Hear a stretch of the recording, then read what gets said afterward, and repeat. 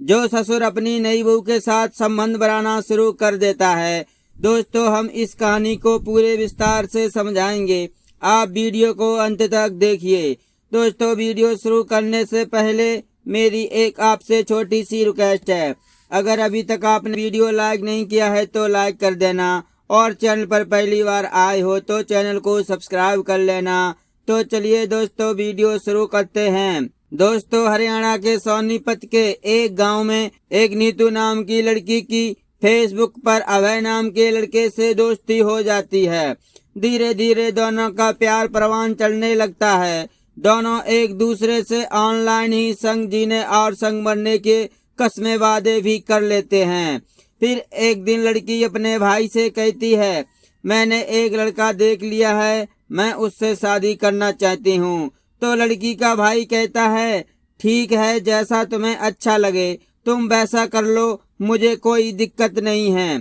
तुम मेरी इकलौती बहन हो, जहाँ तुम कहोगी मैं वहीं तुम्हारी शादी कर दूंगा।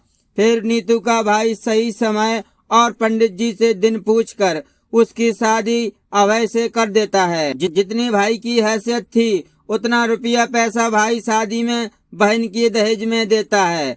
फिर नीतू अपने दिल में बड़े अरमान लेकर अपने ससुराल में पहुंच जाती है। रात को पति आता है। नीतू सुहाग रात की सेज पर बैठी होती है। अभय आकर उसे अपनी बाहों में भर लेता है और प्यार करना शुरू कर देता है। फिर दोनों सुहाग रात के हसीन पलों को एंजॉय करने लगते हैं। नीतू अपने पति के घर आकर बहुत खुश थी। शादी के दूसरे दिन घर के सभी मेहमान चले जाते हैं। नीतू के शादी के 2 दिन ससुराल में अच्छी तरह से बीतते हैं और तीसरे दिन ससुर अपनी नई नवेली बहू के कमरे में पहुंच जाता है। वो बहू से कहता है, अभय मेरा इकलौता बेटा है, तेरे भाई ने मुझे शादी में क्या दिया है, ना रुपया पैसा ना गाड़ी घोड़ा दिया है।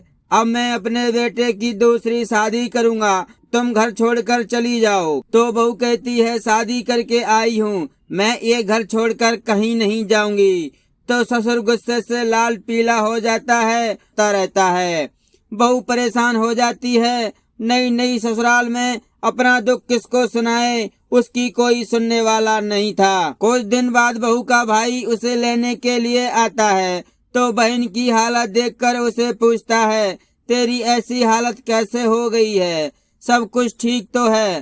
तो बहन रो रो कर अपने ऊपर हुए जुल्मों की कहानी भाई को सुना देती है। फिर बहन की बात सुनकर भाई का कलेजा फट जाता है। वो सोचता है, कैसे गंदे लोगों के घर में मैंने अपनी बहन को ब्याह दिया है। वो तुरंत ही पास के थाने में ले जाकर अपनी बहन को पहुंच जाता है। फिर नीतू पुलिस को अपने साथ हुए अत्याचार की कहानी बताती है। तो दरोगा जी भी लड़की की बात सुनकर हैरान हो जाते हैं। वो सोचते हैं कि दहेज के लिए लोग अपनी बहू को इतना परेशान कैसे कर सकते हैं। बहू ससुर की बेटी के जैसी होती है, वो उसके साथ दरिंदगी कैसे कर सकता है। दोस्तों, उसके बाद दरोगा जी भी तुरंत कार्रवाई करते हैं और लड़की की सास और ससुर और उसके पति को पकड़कर थाने में ले आते हैं। फिर तीनों से बारी बारी से पूछते हैं। तो ससुर अपना गुनाह कबूल कर लेता है।